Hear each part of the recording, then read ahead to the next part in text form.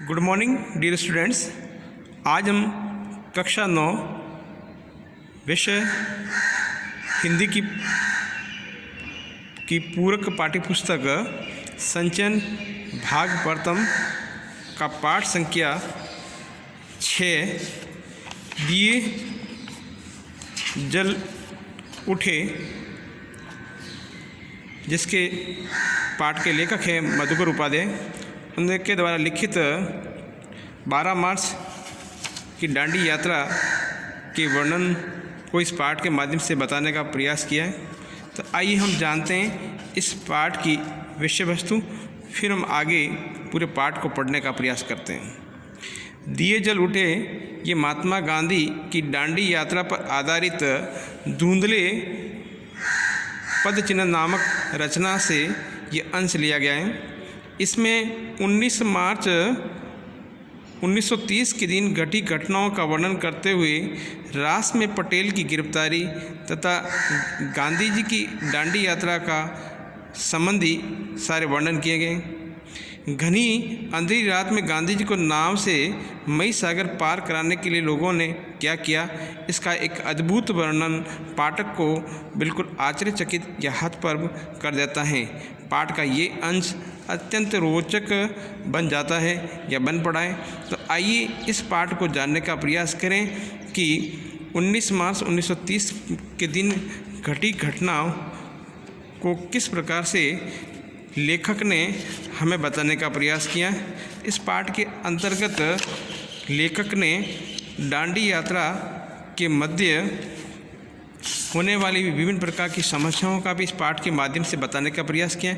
उसके साथ साथ गांधी जी द्वारा अंग्रेजी सरकार के विरुद्ध किए गए कार्यों को इस पाठ के माध्यम से बताने का प्रयास किया। इस दांडी कूच यात्रा के अंतर्गत गांधी जी ने किस प्रकार से ब्रितानी यानी ब्रिटिश सरकार का विरोध करना प्रारंभ किया, वो भी इस पाठ के माध्यम से बताने का प्रयास किया। इसके साथ साथ गांधी जी के अनेक सहयोगी स्वतंत्रता सेनानियों का उल्लेख भी इसमें किया गया है। इसके साथ साथ सरदार पटेल के द्वारा की गई कार्यशैली को भी इस पाठ के माध्यम से बताने का प्रयास किया है कि सरदार पटेल ने किस प्रकार से दांडी मार्च यात्रा में का उनका योगदान दिया और किस प्रकार से उन्होंने नमक का कानून तोड़ने का कार्य किया, वो इस सारे पाठ के माध्यम से बताने का प्रयास किया। तो आइए मधुकर उपाध्याय द्वारा लिखित दिए जल उठे पाठ को हम पढ़ने का प्रयास करते हैं।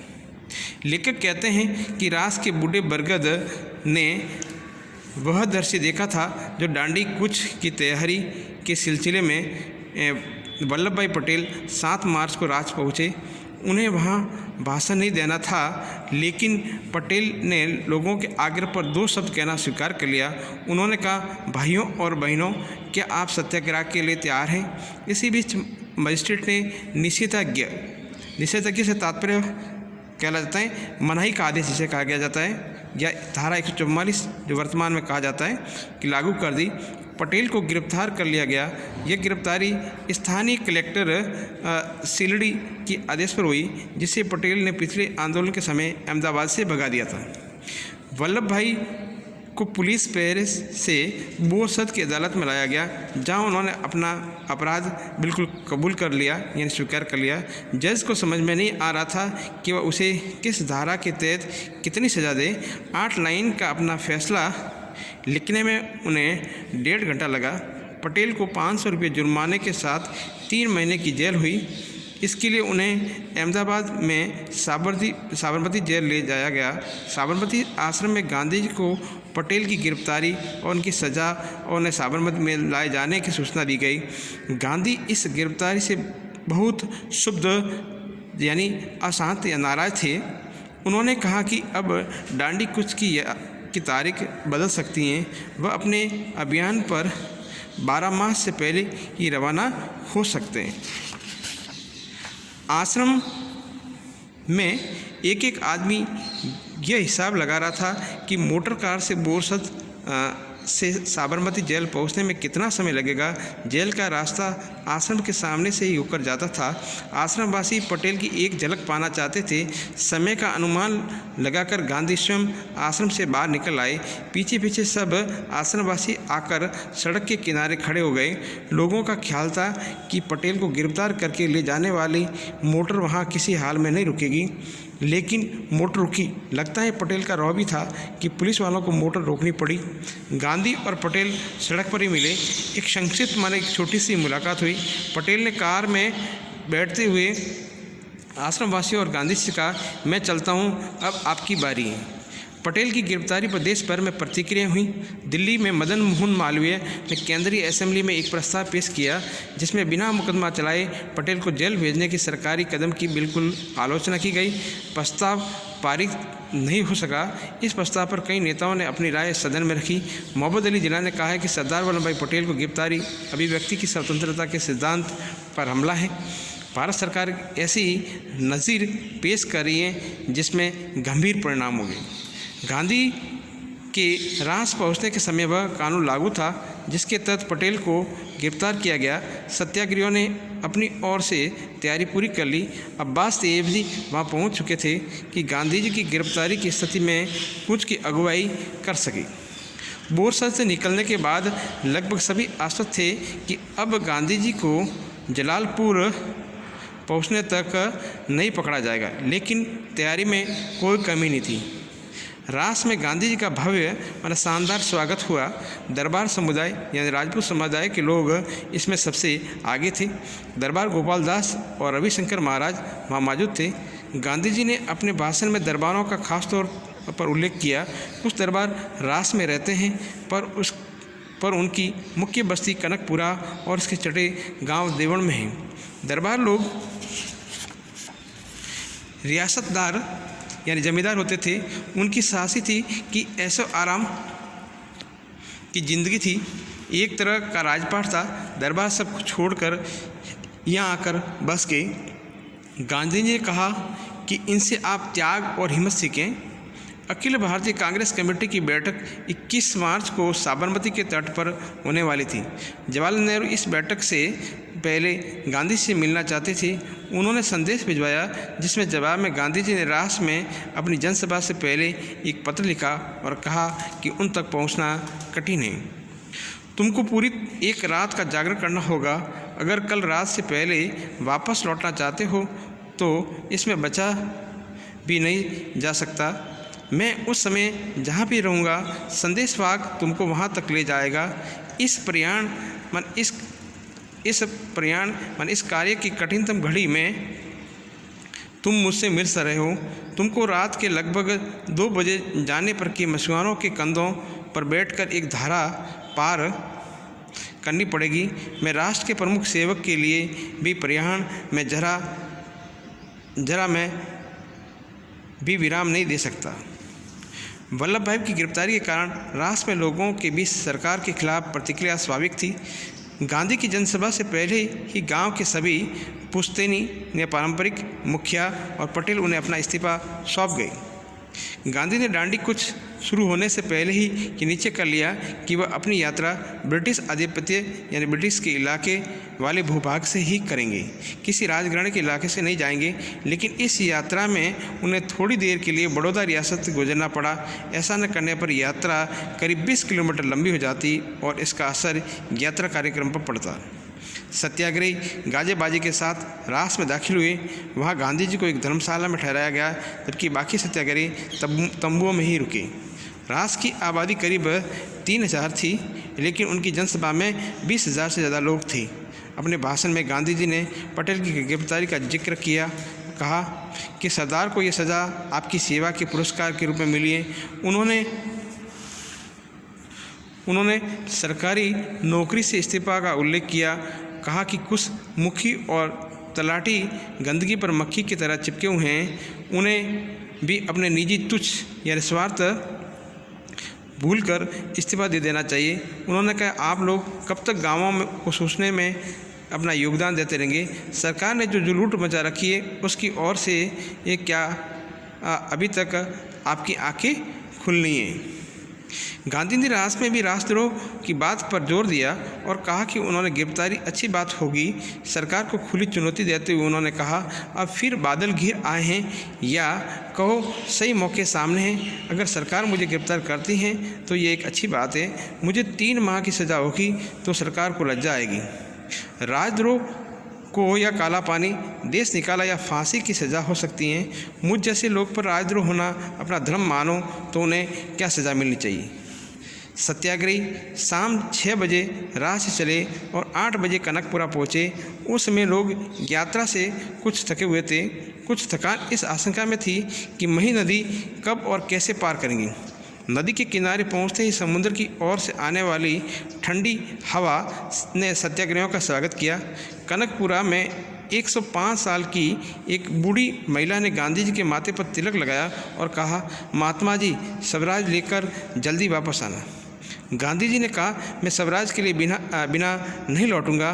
गांधी की जनसभा का निर्धारित समय 8 बजे था, लेकिन कनकपुरा पहुंचने में हुई देरी के कारण उन्हें 1 घंटे के लिए स्थगित कर दिया गया।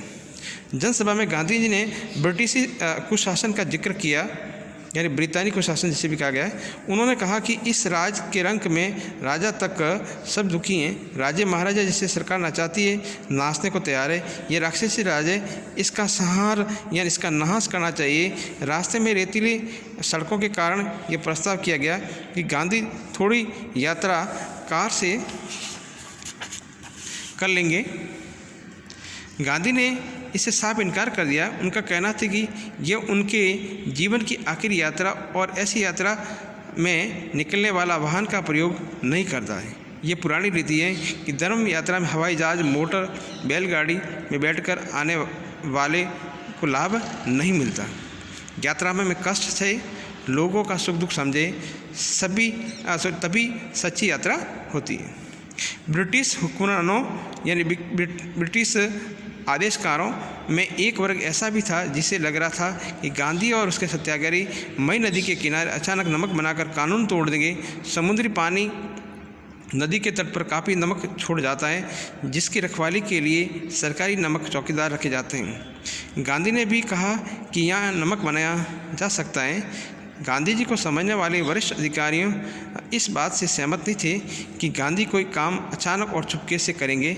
इसके बावजूद उन्होंने नदी के तट से सारे नमक भंडार हटा लिए और उन्हें नष्ट करा दिए ताकि इसका खतरा ही न रहे। नियमों के अनुसार उस दिन की यात्रा कनकपुरा में गांधी जी के भाषण के बाद समाप्त हो जानी चाहिए थी, लेकिन इसमें परिवर्तन कर दिया गया। यह तय पाया गया कि नदी को आधी रात के समय समुद्र का पानी चढ़ने पर पार किया जाए ताकि कीचड़ और दलदल में कम से कम चल पड़े। रात 10:30 बजे भोजन के बाद सत्याग्रही नदी की ओर चले। अंधेरी रात में गांधी को करीब 4 किलोमीटर दलदली ज़मीन पर चलना पड़ा। कुछ लोगों ने गांधी को कंधे पर उठाने की सलाह दी। उन्होंने मना कर दिया, कहा कि धर्म यात्रा है, चलकर पूरी करूँगा। तट पर पहुंचकर गांधी ने पैर धोए और एक झोपड़ी में आराम किया। आधी रात को वे इंतजार करते रहे। मई के तट पर उस धूप और अंधेरी रात में मेला जैसा लगा हुआ था। भजन मंडलियाँ थी, डांडिया रास में निपुण दरबार थे। उनके गीत के बोलते, देखो गांधी का डांडिया रास, देखो वल्लभ का डांडिया रास सरकार का नाश, देखो विट्ठल का डांडिया नाश, देखो भगवान का डांडिया रास। गांधी को नदी पार कराने की जिम्मेदारी रघुनाथ काका को सौंपी गई थी। उन्होंने इसके लिए एक नई नाव खरीदी और उसे लेकर कनकपुरा पहुंच गए। बदलूपुर के रघुनाथ काका को सत्याग्रहों के निषाद राज कहना शुरू कर दिया। उनके पास बदलपुर में काफ़ी ज़मीन थी। उन्होंने नावें भी चलती थी। जब समुद्र का पानी चढ़ना शुरू हुआ तब तक अंधेरा इतना घना हो गया कि छोटे छोटे दिए उन्हें भेद नहीं पा रहे थे। थोड़ी देर में कई हजार लोग नदी तट पर पहुंच गए। उन सबके हाथों में दिए थे। यही नज़ारा नदी के दूसरी ओर भी था। पूरा गांव और आसपास के आए लोग दिए की रोशनी के लिए गांधी और उनके सत्याग्रह का इंतजार कर रहे थे। रात 12 बजे महिसागर नदी का किनारा भर गया, पानी चढ़ आया। गांधी झोपड़ी से बाहर निकलते और घुटनों तक पानी में चलकर नाव तक पहुँचे। महात्मा गांधी की जय, सरदार पटेल की जय, जवाहरलाल नेहरू की जय के नारों के बीच नाव रवाना हुई, जिसे रघुनाथ काका चला रहे थे। कुछ ही देर में नारों की आवाज़ नदी के दूसरे तट से भी आने लगी। ऐसा लगा जैसे वह नदी का किनारा नहीं बल्कि एक पहाड़ की घाटी हो, जहाँ प्रतिध्वनि सुनाई दें। मई सागर के दूसरे तट पर भी स्थिति कोई भिन्न नहीं थी। उसी तरह का कीचड़ और दलदली जमीन यह पूरी यात्रा का संभव सबसे कठिन हिस्सा था।